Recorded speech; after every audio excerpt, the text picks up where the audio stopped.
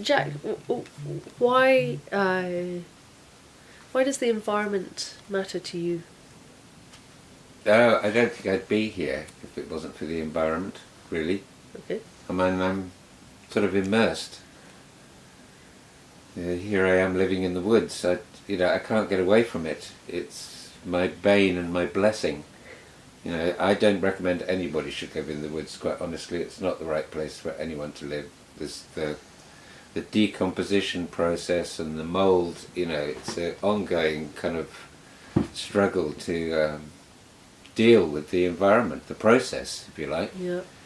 But what it does is it affords you lots of information, and it gives you kind of insight into interdependency. Yeah. And also what's happening in the environment. Yeah.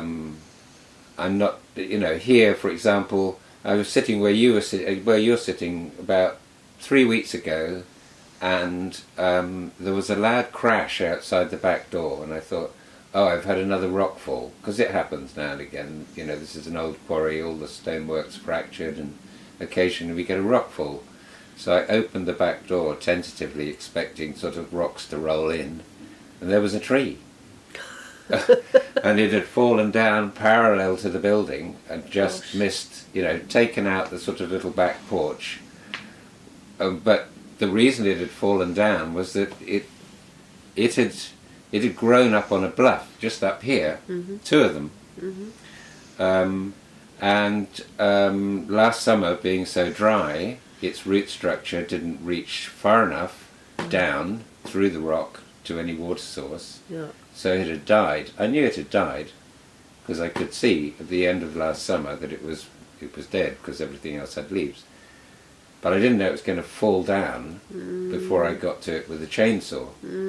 So I kind of that's a sort of reminder of like what is happening immediately around me. Yes. And of course, there, but for 6 inches and a slightly different angle, the tree would have come down here. Yeah. Admittedly, it was only so big, but Yes. I'm surrounded by trees that are this big, which at some point will fall down. Yeah. So this is what I mean by immersion. Mm. So, and I've been very lucky. That tree and one large branch are the only things that have actually threatened the building in 35 years. So I kind of come from that place, and that's where I operate from. Mm. Also, I suppose from the point of view of the producing the kind of recent work around trees, and I'm kind of well aware of the fact of the whole mycorrhizal network and the wood wide web, or whatever you'd like to call it. But that's taken a while to become part of my reality. I can read what's happening to trees now. I know if moss is growing around a particular tree, which takes a long time to grow, that tree is of a certain age. And I know that certain trees will produce thickening bark, whereas something like a beech doesn't do it until it's well over 100 years old.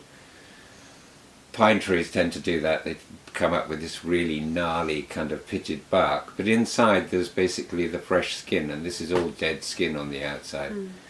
So, and we can relate to things like dead skin, we all have it.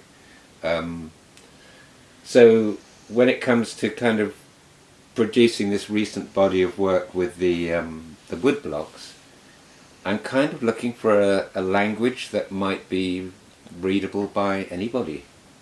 And the kind of technique, as far as I'm concerned, doesn't matter what your subject matter is with art. If you can make something that resonates on some kind of aesthetic level, some people call it beauty, doesn't matter what you call it, but some aesthetic level, then you've got some dialogue going on, and perhaps in the case of these wood blocks I can come up with a language that people can relate to, even if it just appears to be decorative on the surface.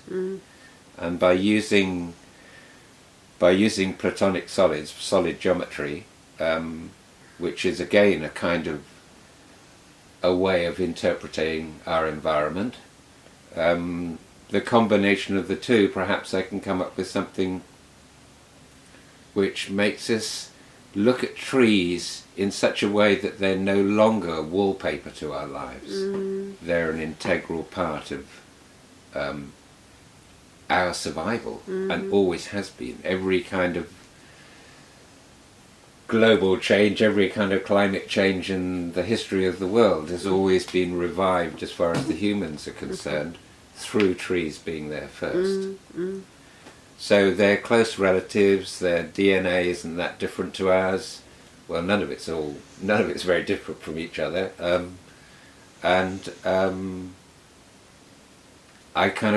I never know what's going to come out of each printing. You know, I mean, I kind of knew what came out of the printing for this particular project because I was making words, but usually it's images, and some of them work, as far as I'm concerned. Some of them don't. That's the case with my life. Some of it works, some of it doesn't. You know, that's probably the same with all trees. Some work, some don't work. You know, Yeah. so it's I don't know how else to put it really. That was beautifully put.